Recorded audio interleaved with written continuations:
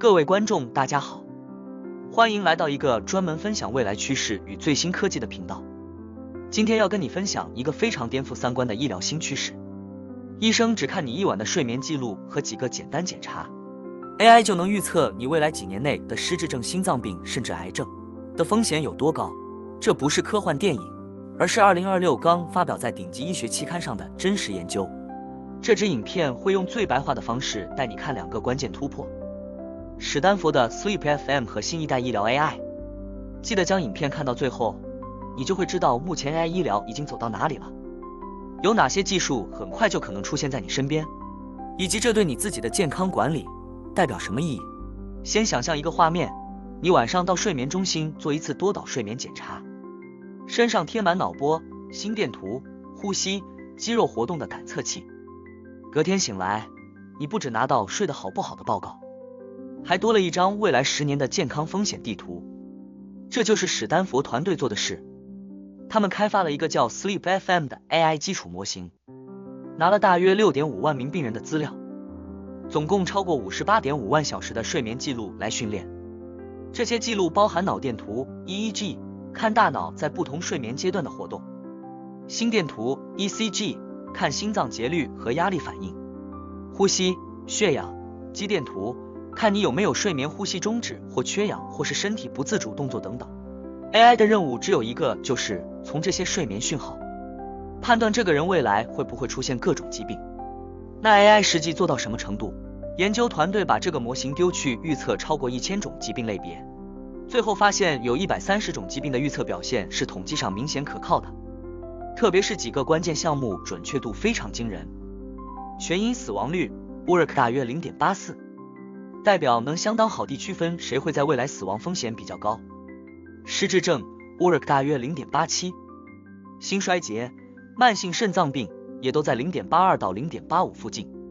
另外像帕金森氏症、心肌梗塞、心房颤动、各种心血管事件也都能提前多年看出风险讯号。简单来说， WORK 衡量的是模型区分正样本与负样本的能力，数值介于0到1之间，数值越大代表模型的区分能力越强。而且更关键的是， Sleep FM 不只在原本的训练资料上有效，换到不同时间、不同族群甚至其他研究的外部资料集上，预测表现仍然维持在高水准，代表这个模型真的学到睡眠与全身健康之间的通用规律。你可以把 Sleep FM 想象成一个读得懂睡眠语言的基础模型，能从脑波、心跳和呼吸的细节之中看出你的大脑老化速度、心血管压力、代谢状态，最后把这些全部转换成未来疾病风险。那它怎么做到的？第一，多模态基础模型。传统模型可能只看一条讯号，例如纯脑电图。Sleep FM 同时看多条脑电图、心电图、呼吸、肌肉、血氧，把它们当成不同语言，让模型学会这些讯号之间的对应关系。第二，特殊的对比学习方法。他们设计一种留意法对比学习，故意拿掉其中一条通道，让模型用其他讯号去猜被遮住的那条。久而久之，模型就学会睡眠中各种生理变化的共同结构，这个结构就成了预测疾病时非常有用的压缩表示。结论是，即便只用一晚的睡眠记录，模型就能对长期健康风险做出非常有参考价值的预测。在睡眠分期、睡眠呼吸中止的严重度分类这些传统任务上，它也不输现有 SOTA 模型，所以不只是会算风险，连基本功也很扎实。而 AI 不只在睡眠上发威，而是在所有医疗讯号上全面开化。AI 医疗大爆发，以下我们举几个代表性例子。一、脑波加失智症。新一代深度学习模型可以读脑电图 EEG， 分辨阿兹海默症和颞叶失智，准确率可以到 84% 以上，有些研究甚至超过 90%。 传统检查要靠昂贵的 PET 扫描或侵入性腰椎穿刺，成本高又不舒服。EEG 加 AI 则有机会变成低成本的早期筛检工具。二、病理切片加癌症。哈佛医学院等团队开发了 Chief 这种癌症病理基础模型，用单一的病理切片影像就能在19种癌症中预测可能的基因突变，甚至预测存活几率的准确度超过 90%。也就是说 AI 不只看得出有没有癌，还能看到这颗肿瘤的 DNA 可能长什么样，并帮助决定要不要用标靶药、免疫治疗。3. 影像与心电图加心脏及呼吸系统。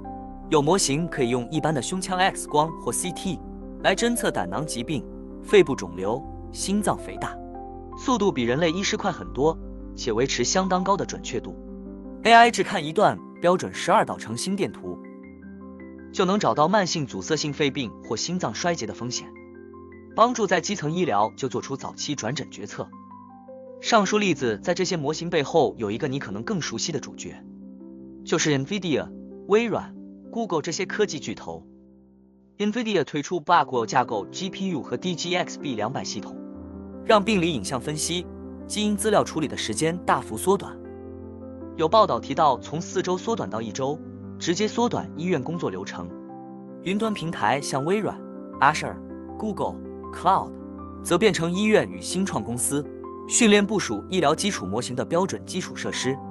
Google DeepMind、Isomorphic Labs 等团队已经用这种模型来做 AI 药物设计，把候选药物推到临床试验阶段。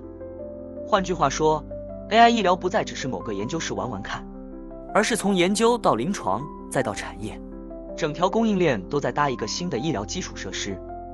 那这些突破对一般人的意义是什么？1. 健康检查从现在状态变成未来预测。过去健检是看你现在的血压、血糖 X 光，未来健检可能会多一项 AI 风险地图，可以提前调整生活习惯或做更深入检查。2. 早期筛检成本有机会大幅下降，如果这些模型通过更多临床验证，有机会让失智症或心脏病早期发现，不再只有大医院才做得到。3. 医生角色从自己判断变成和 AI 协作。在 SleepFM、Chief 这种模型成熟后，医生更像是跟 AI 一起看报告，把 AI 的风险评估和病人的实际情况结合，做出最后决策。这既有机会减少误诊，也会逼医疗系统重新思考责任归属与医病关系。当然，这些技术听起来很狂，但现在还有几个重要问题要讲清楚。1. 资料偏差，大多数模型是用欧美医院资料训练，对亚洲族群、不同生活形态的人，准确度是不是一样好，则必须再验证。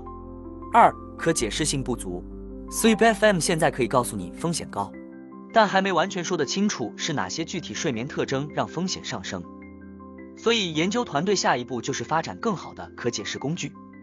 3. 医疗法规与责任， AI 错了算谁的？能不能拿 AI 预测来当保险拒保或调高保费的理由？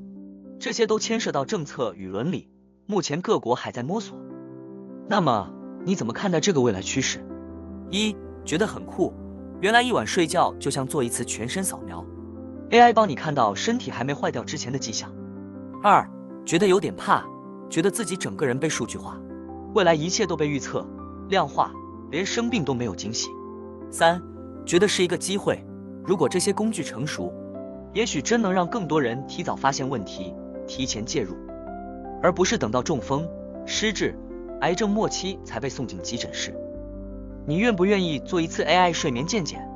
如果 AI 跟你说你10年内某种疾病的风险偏高，你会因此改变生活习惯以及开始健康饮食吗？